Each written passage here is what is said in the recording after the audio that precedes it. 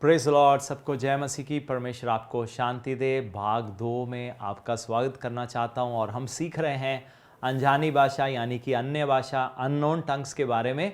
और हिंदी बाइबल में जैसे मैंने भाग 1 में बताया था, जो शब्द हिंदी बाइबल में इस्तेमाल किया गया है, कई जगह अन्य भाषा लिखा है, कई जगह अन्य भाषा लिखा है, लेकिन जब रियल ट्रांसलेशन में देखते हैं, केजेवी ने बहुत अच्छा इसके बारे में लिखा है, वो है अननोन टंग्स यानी अनजानी भाषा। एक ऐसी भाषा जो यहाँ मनुष्य के बीच में नहीं बोली जाती, मनुष्य के बीच में नहीं जानी जाती।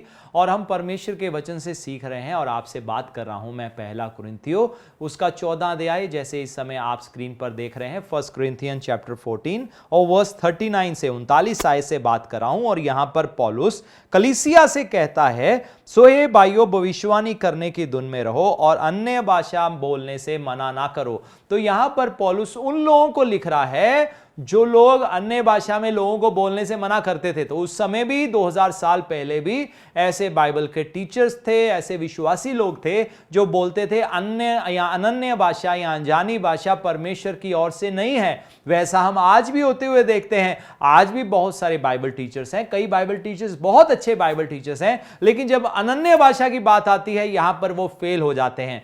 कारण क्या है कि वो किसी तरीके ये साबित करना चाहते हैं अनन्य भाषा परमेश्वर की ओर से नहीं है, क्योंकि वो खुद इसका स्वाद नहीं चख पाए। जब एक व्यक्ति जो अनन्य भाषा में बोलना शुरू हो गया, जो इसका स्वाद चख गया, इसकी सामर्थ को चख गया, उसको अब कौन समझा पाएगा कि उसको यहां कौन कह पाएगा ये प्रभु की ओर से नहीं है। इतना ही नहीं, मैं आपके साथ सिर्फ अनुभव की बात नहीं कर रहा, एक्सपीरियंस की बात नहीं कर रहा, यहां पर मैं बात कर रहा हूं परमेश्वर के वचनों से। और मैं पहले भाग में भी मैंने आपको बताया, बाइबल में हमने खासकर पहला कुरिन्थियों 14 अध्याय में और रोमियो 8वें अध्याय में भी आयत पढ़ी थी। अगर आप उस वचन को नहीं सुन पाए तो आप जरूर भाग 1 को YouTube पर देखना ना भूलें। तो इस शिक्षा को पूरा लेना है, अधूरा नहीं लेना। तो पार्ट 2 अगर आप देख रहे हैं, पार्ट 1 भी देख लेना, ताकि आप इस वचन को और गहराई से समझ सको। तो यहां पर वो पौलुस कहता है, हे भाइयों, मैं तुमसे कहता हूं कि दूसरों को अनन्य भाषा में बोलने से मना ना करो। आज हम सोशल मीडिया पर देखते हैं, इंटरनेट पर देख रहे हैं, फेसबुक लाइव, यूट्यूब और कई जगह में लोगों को देखते हैं, टीवी प्रोग्राम्स में देखते हैं जो लोगों को मना करते हैं अनन्य भाषा में बोलने से।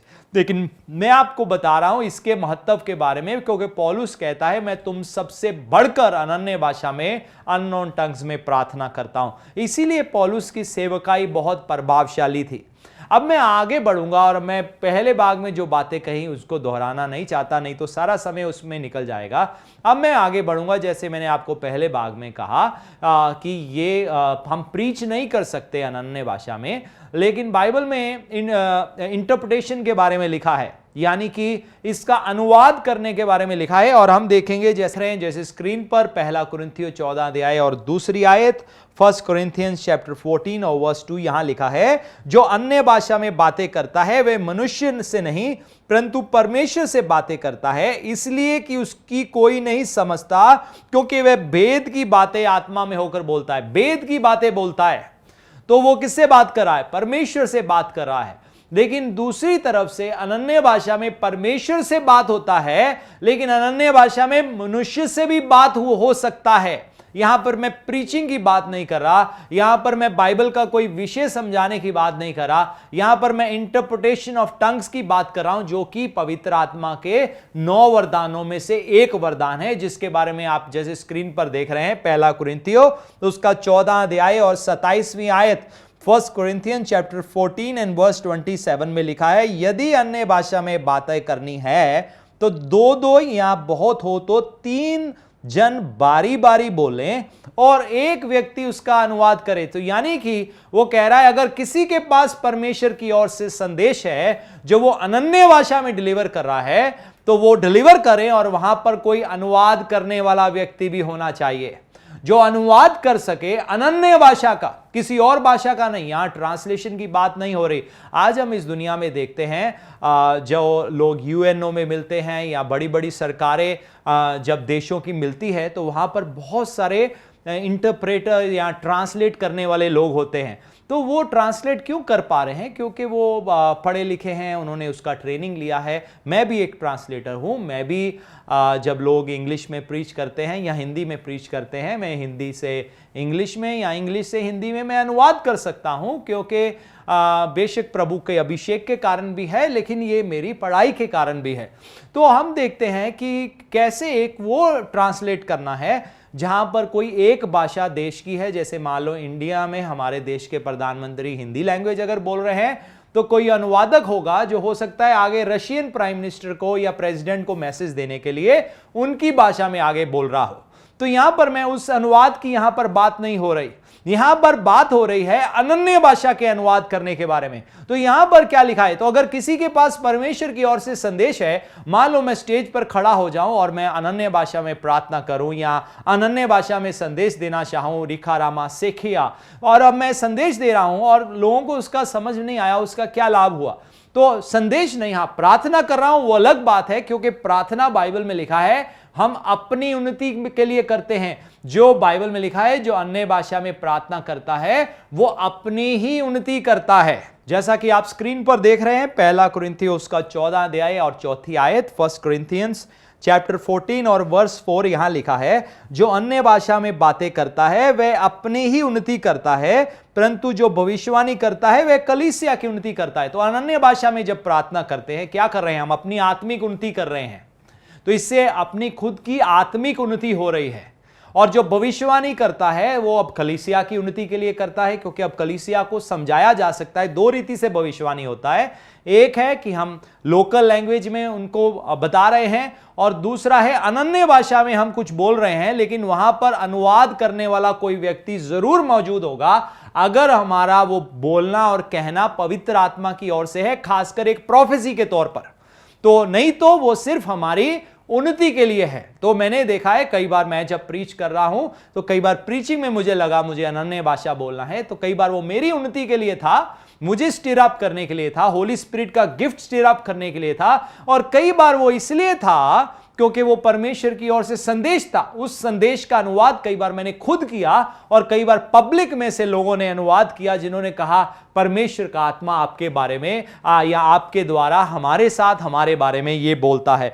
तो यहां पर पहला कुरिन्थियों 14 अध्याय 4 आयत एक बार फिर से देख रहे हैं, जो अन्य भाषा में बातें करता है वह अपनी ही उन्नति करता है, परंतु जो भविष्यवाणी करता है वह कलीसिया की उन्नति करता है। तो हम सीख रहे हैं कि क्या कलीसिया में अनुवाद करने के बारे में, जैसा कि मैंने आपको कुछ आयतें बताई है, और हम 14 अध्याय 2 आयत में जैसे हमने पढ़ा था, और फिर उसके बाद हमने 14 का 27 में पढ़ा, लेकिन एक बार फिर से देख लेते हैं। यदि अन्य भाषा में बातें करनी हो तो 2-2 या बहुत से तो 3 जन बारी बारी बोले और एक व्यक्ति क्या करे, उसका अनुवाद करे। सो कोई व्यक्ति अनजानी भाषा में बोल रहा है, यानी कि होली स्पिरिट लैंग्वेज में या पवित्र आत्मा में बोल रहा है, और वो एक प्रोफेसी है कलीसिया के लिए, तो उसके लिए या तो वो व्यक्ति खुद अनुवाद कर सकता है या वहां पर कोई अनुवाद करने वाला मौजूद होगा। 28वीं आयत में लिखा है, परंतु यदि अनुवाद करने वाले वहां ना हो तो अन्य भाषा बोलने वाला कलीसिया में शांत रहे। क्या करे?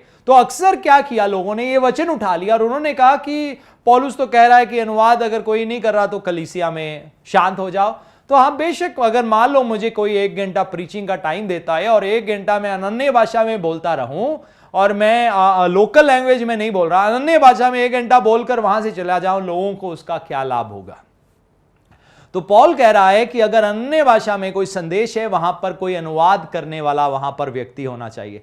तो लोगों ने क्या किया, कलीसिया में अनन्य भाषा में बोलना बंद कर दिया। देखो, अगर कलीसिया में हम अनन्य भाषा में नहीं बोलेंगे, जो नए लोग आएंगे वो कैसे जान पाएंगे पवित्र आत्मा के इस वरदान के बारे में?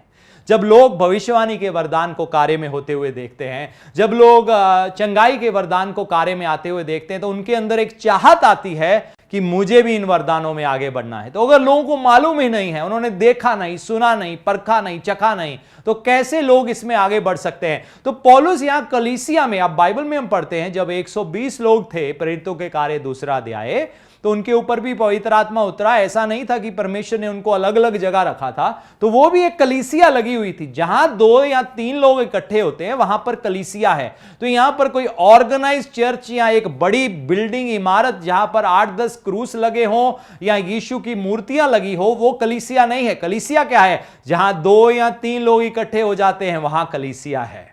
हम खुद, बाइबल में लिखा है, we are the body of Christ. एक व्यक्ति इंडिविजुअल तौर पर खुद भी एक कलीसिया है, एक चर्च है। हम पर प्रभु यीशु मसीह का बदन है, देह है, पवित्र आत्मा का हम मंदिर हैं, भवन है, परमेश्वर का घर है, जिसमें परमेश्वर का आत्मा वास करता है। आमीन।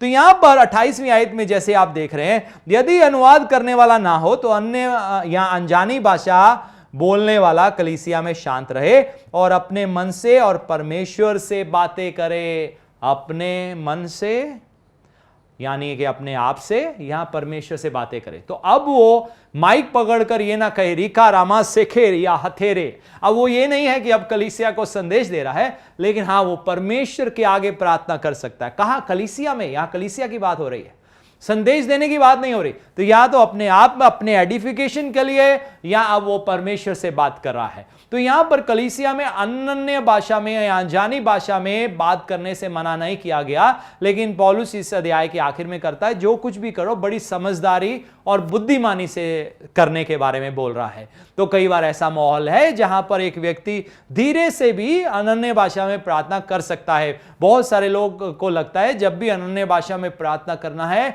बहुत जोर से करना है, ड्रम बीट के साथ करना है। जितना तेज ड्रम बीट करता है उतना तेजी से वो अनन्य भाषा में बोलते हैं। ऐसा नहीं है, आप बड़े धीमे से भी अनन्य भाषा में बात कर सकते हो। अपने मन ही मन में भी आप अनन्य भाषा में बोल सकते हो, जैसा इस समय मैं बोल रहा हूं।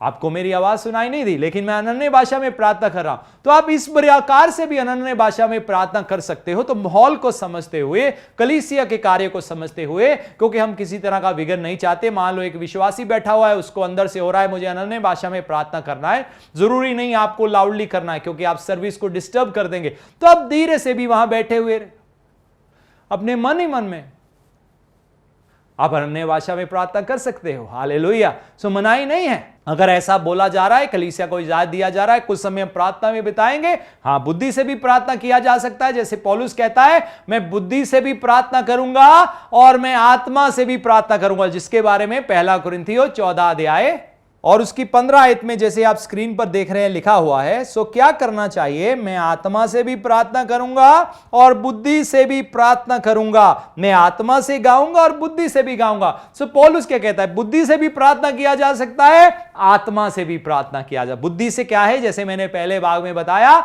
हम समझ के मुताबिक या जरूरत को देखते हुए प्रार्थना करते हैं। आत्मा में क्या है? हमें नहीं मालूम हम क्या प्रार्थना करें, लेकिन आत्मा आप ही आहें भर भर कर हमारे द्वारा प्रार्थना विनती निवेदन करता है। हालेलुया। देखो प्रभु का वचन कितना सामर्थ्य है, यहां पर कितना क्लियर है कि अनन्य भाषा में। इसीलिए पौलुस ने कहा किसी को अनन्य भाषा में बोलने से या अनजानी भाषा में बोलने से मना ना करो। Do not forbid praying in tongues. आज बहुत सारे लोग हैं, बड़े अफसोस की बात है, अच्छे बाइबल टीचर्स हैं, बहुत सारे विषयों पर अच्छा सिखाते हैं, लेकिन जब अनजानी भाषा में बात आती है प्रार्थना करने की, तो लोगों को रोक दिया जाता है। मालूम है, ये ऐसा गिफ्ट है जो ओल्ड टेस्टमेंट में मौजूद नहीं था।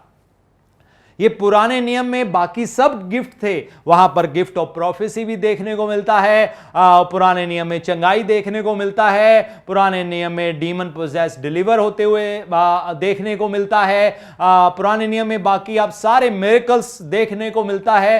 तो आप सब वो देख सकते हो, डिसर्नमेंट देखने को मिलता है, लेकिन अनन्य भाषा पुराने नियम में नहीं था। ये नई कलीसिया जो पवित्र आत्मा पाया है, उसको दिया हुआ एक वरदान है। तो ये नए नियम की कलीसिया का जरूरत है। तो कृपया कृपया आप अन्य भाषा में प्रार्थना करना बंद ना हो जाएं और दूसरों को भी उत्साह दें और सिखाएं, कलीसियाओं को सिखाएं। अगर कुछ पास्टवान या मुझे प्रीचर सुन रहे हैं, इस पर अध्ययन करें, इस विषय पर, और कलीसिया को बताएं, उनको सिखाएं और उनको कहें प्रभु का वचन इजाजत देता है तो पवित्र आत्मा से भर जाओ और अनन्य भाषा में बोलना या प्रार्थना करना शुरू हो जाओ, क्योंकि तुम लोग अपने जीवन में आत्मिक उन्नति पाओगे। जैसे पौलुस कहता है, जो अन्य भाषा में प्रार्थना करता है वो अपनी खुद की उन्नति करता है। मुझे एक बात बताओ, अगर मैं उर्दू या स्पेनिश या कोई पोर्टुगीज भाषा बोलता हूं, उससे मेरी उन्नति कैसे होगी? कोई मुझे ये बात बताएगा, उसकी उन्नति कैसे होगी? क्योंकि पौलुस कहता है जो अन्य भाषा में प्रार्थना करता है वो अपनी खुद की उन्नति करता है ना। तो अगर मैं पोर्टुगीज भाषा बोल रहा हूं, यूनानी भाषा बोल रहा हूं, इब्रानी भाषा बोल रहा हूं, मेरी उन्नति कैसे होगी? उसमें क्या उन्नति है अगर मैं अपनी भाषा को छोड़ के कोई और भाषा बोलना? उससे कोई आत्मिक उन्नति नहीं होगी।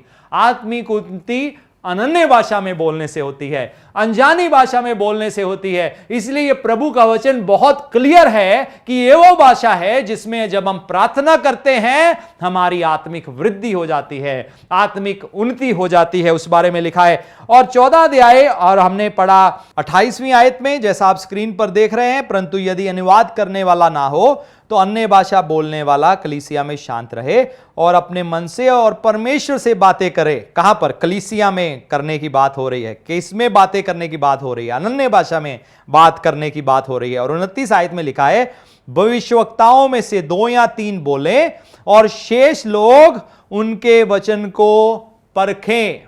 शेष लोग परखे। तो कोई अनन्य भाषा में प्रार्थना कर रहा है, कोई उसका अनुवाद कर रहा है, और यहां पर कुछ ऐसे लोग हैं जो परख सकते हैं कि अनुवाद सही किया गया या नहीं। यानी कि कहीं वो वचन से बाहर जाकर बातें तो नहीं बोल रहे, क्या वचन कलाम से बाहर की बातें तो नहीं बोल रही। तो ऐसे लोग हैं जो इनको वर्ड ऑफ प्रोफेसी को जज करने के बारे में बोला गया है। मान लो अगर आपके पास आकर कोई भविष्यवाणी करता है और वो कहते हैं मैं भविष्यवाणी कर रहा हूं, तुम्हारे ऊपर शैतान चढ़ जाएगा, वो तुम्हें नष्ट कर देगा, ऐसा कर देगा, वैसा कर देगा, वो बड़ा शक्तिशाली है, और आप कहो कि अरे ये तो प्रभु का भविष्यवक्ता है जो मुझे ऐसी बात बोलता है, तो ऐसे में क्या करो? परखो, वचन से परखो कि वो भविष्यवाणी परमेश्वर की ओर से है या नहीं। तो वो प्रभु की ओर से नहीं है, क्योंकि परमेश्वर क्या कहते हैं? तेरे निकट 1000 और दाएं 10,000 गिरेंगे लेकिन वो तुझे छू भी ना पाएंगे। तो ये परमेश्वर का वचन है। तो यहां पर कोई अनन्य भाषा में बोल रहा है, दूसरा व्यक्ति उसका अनुवाद कर रहा है, और तीसरा व्यक्ति क्या कर रहा है? उसको जज कर रहा है कि यह प्रभु की ओर से है या नहीं, या प्रभु के वचन की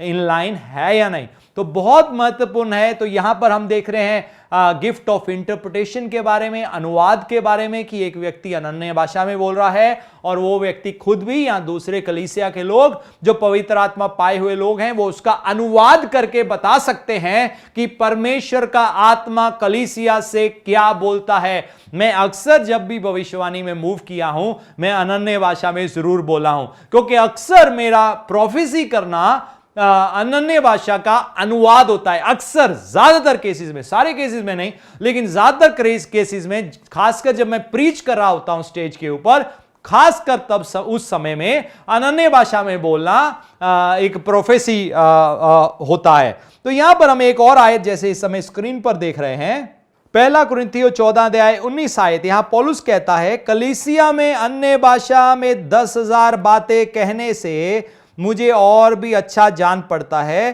कि औरों के सिखाने के लिए बुद्धि से 5 बातें कहूं। सो बुद्धि से 5 बातें कहूं।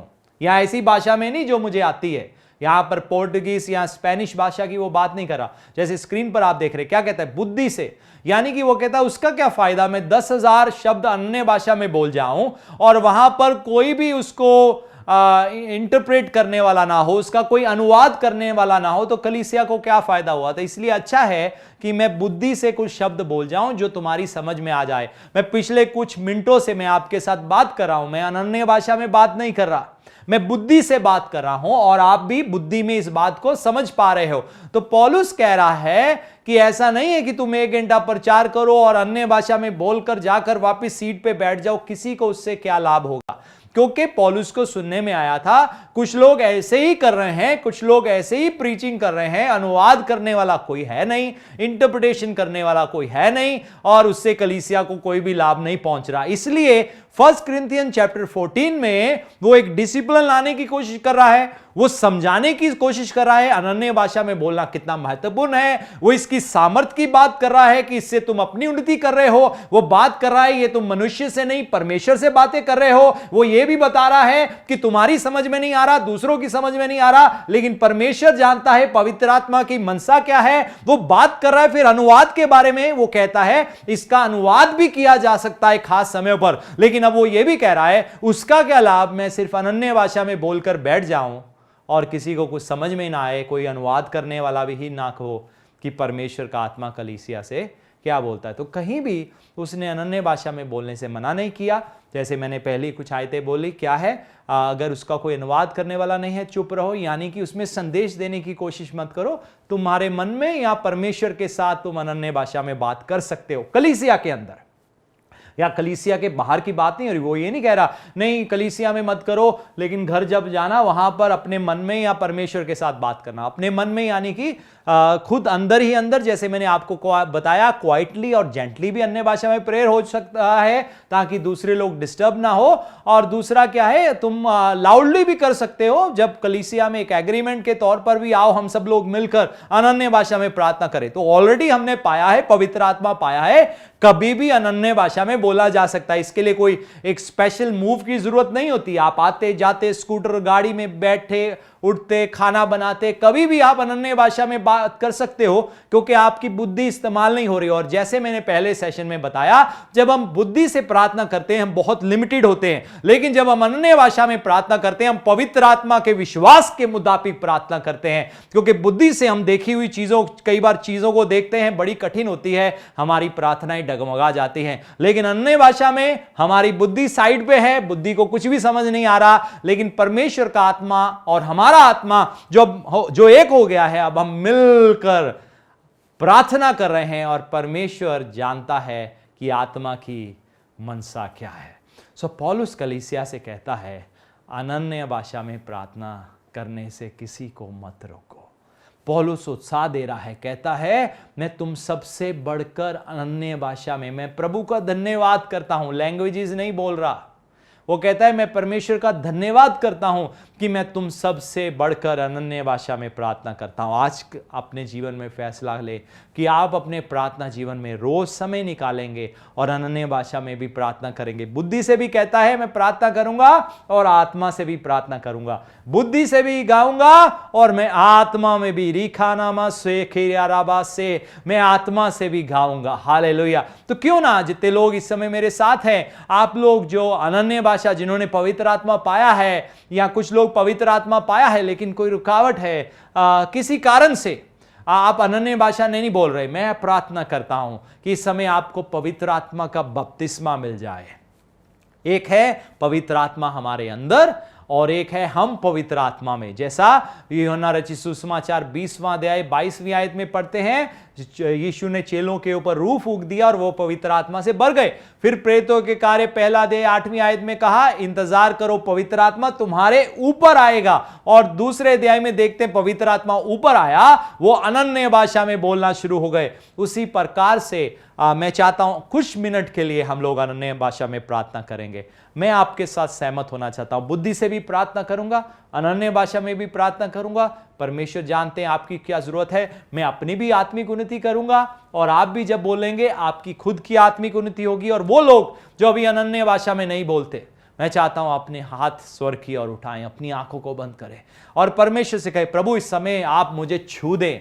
क्योंकि परमेश्वर इस समय यहां स्टूडियो में नहीं है, परमेश्वर आपके साथ भी है। और अगर आपने नया जन्म पाया है वो आपके अंदर भी है। और परमेश्वर इस समय आपकी जुबान को छूना चाहते हैं। परमेश्वर चाहते हैं हर कोई अनन्य भाषा में बोले। याद रखें हम पुराने नियम की कलीसिया नहीं है, नए नियम की कलीसिया है। हमारे पास वो वरदान तो है ही जो पुराने नियम में नबियों के पास थे, लेकिन उससे बढ़कर अब हम अनन्य भाषा में भी प्रार्थना कर सकते हैं। लिमिटलेस प्रेयर जो हमारी बुद्धि के मुताबिक नहीं है, हमारी समझ के मुताबिक नहीं है, हमारे ज्ञान के मुताबिक नहीं है, लेकिन परमेश्वर के सामर्थ्य के मुताबिक है। तो आए हम कुछ समय के लिए अन्य भाषा में प्रार्थना करें। रिखारा हस्सेके हियारा बहासेखियाना हाथोरा बहासेरिया हियाना हसखारा बहाथिया रहा सिक्का रहाले यारा हा बाथियाना हाशुको रहा थियारा हियारा बहासेखिया। परमेश्वर का आत्मा इस समय बताता है कि एक बहन है, आपको लहू बहने की बीमारी है। करीब 5 से 6 साल, पवित्र आत्मा बताता है 5 से 6 साल हो गए आपको लहू बार बार बहता है, बीच में रुक जाता है, आपको लगता है आप चंगी हो गई हो, लेकिन फिर दोबारा से वो तकलीफ वापस आ जाती। कई बार ऐसा भी हुआ ये 5-6 सालों में 2 महीने के लिए आप बिल्कुल नॉर्मल रही, लेकिन फिर दोबारा से वो वापस आ गया। तो परमेश्वर का आत्मा इस समय आपको छू रहा है। यीशु मसीह के नाम से इसी समय चंगे हो जाओ। रिखा रहा से किया या रहा थो रहा तिया रहा से किया। किसी को घुटनों में चोट लगा है, दाएं घुटने में मैं देखता हूं कुछ कुछ घुटने के बीच में चोट है, गिरने के कारण चोट है, गिरने के कारण बहुत तेजी से गिर गए जिसके कारण चोट है। कुछ घाव देखता हूं मैं घुटने पर और बहुत साल से है। परमेश्वर का आत्मा इसी समय आपको छू रहा है और आपको यीशु के नाम से चंगाई मिल रही है। रिखा रहा सोखो इयाना हाथिया रहा सेखिया इयाना मा हाथिया रहा सेखिया। मैं क्या कर रहा हूं? मैं मुझे परमेश्वर का आत्मा उबारा है। मैं अन्य भाषा में तो प्रार्थना कर रहा हूं, लेकिन उबारा है, मुझे इंटरप्रिटेशन ऑफ टंग्स भी मिल रहा है। परमेश्वर कुछ लोगों के जीवन के बारे में बता रहे हैं। एक बहन इस प्रोग्राम को देख रही है, मैं देखता हूं आपने आपके लाल रंग का सूट पहना हुआ है और आपके शादीशुदा जीवन में बहुत तकलीफ है। परमेश्वर कहते हैं मैं तुम्हारे शादीशुदा जीवन में अपनी आशीष लाने जा रहा हूं। अब तुम्हारे शादीशुदा जीवन में शांति होगी। आपके पति के पास अच्छा काम भी नहीं है, टेम्पररी वर्क है, कभी कहीं मिल जाता है, कभी काम चले जाता है। और इतना ही नहीं, आपका आर्थिक तकलीफ है घर में, क्योंकि नौकरी नहीं है, आर्थिक तकलीफ है, आर्थिक समस्या है, बच्चे भी जूझ रहे हैं। एक बच्चे की सेहत खराब रहती है, अक्सर उसको खांसी नज़ला जुकाम रहता है। परमेश्वर का आत्मा आपके पूरे परिवार को यीशु मसीह के नाम में इसी समय छू रहा है। रीखा रहातिया या ना हाबा सोखो रिया राय, हम सब लोग, आप जितने भी लोग हैं, और मेरी प्रार्थना है जो नहीं बोलते, पिता होने दे, इसी समय अपने लोगों को स्पर्श करें, इनको छू दे, आपका आत्मा इनकी जिंदगियों को छू दे यीशु मसीह के नाम से।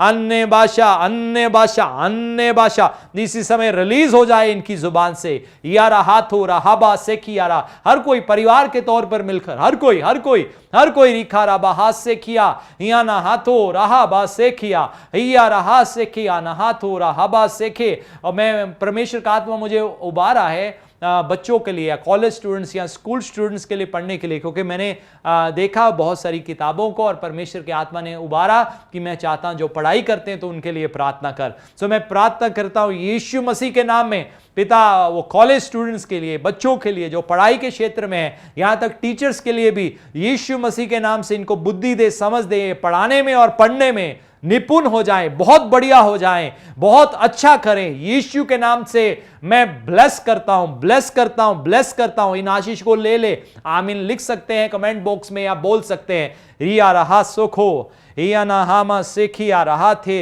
ए या रहा तिया रहा सेखे। Hallelujah, worship you Jesus, worship you Jesus, worship you Jesus, worship you Holy Spirit. Rika rahatia nahatia raha sokoraba area nahatora bahase kiaraba. Thank you Lord, thank you Lord, thank you Master, we worship you. धन्यवाद उन लोगों के लिए जिन्होंने आज वचन सुना है, ये घर कर जाए। आपके लोग अन्य भाषा में प्रार्थना करना बंद ना हो और ना ही कोई उनको अन्य भाषा में प्रार्थना करने से रोके। पहला कुरिन्थियों 14 अध्याय 39 आयत के मुताबिक, 1 Corinthians chapter 14 and verse 39 के मुताबिक किसी को अनजानी भाषा, अनन्य भाषा में बोलने से मना ना करो। पिता, हम आपका धन्यवाद करते हैं इस समय के लिए। जो लोग हमारे साथ जुड़े हुए हैं, इनको बहुतायत से आशीष दें। आपका धन्यवाद यीशु मसीह के नाम में, आमीन।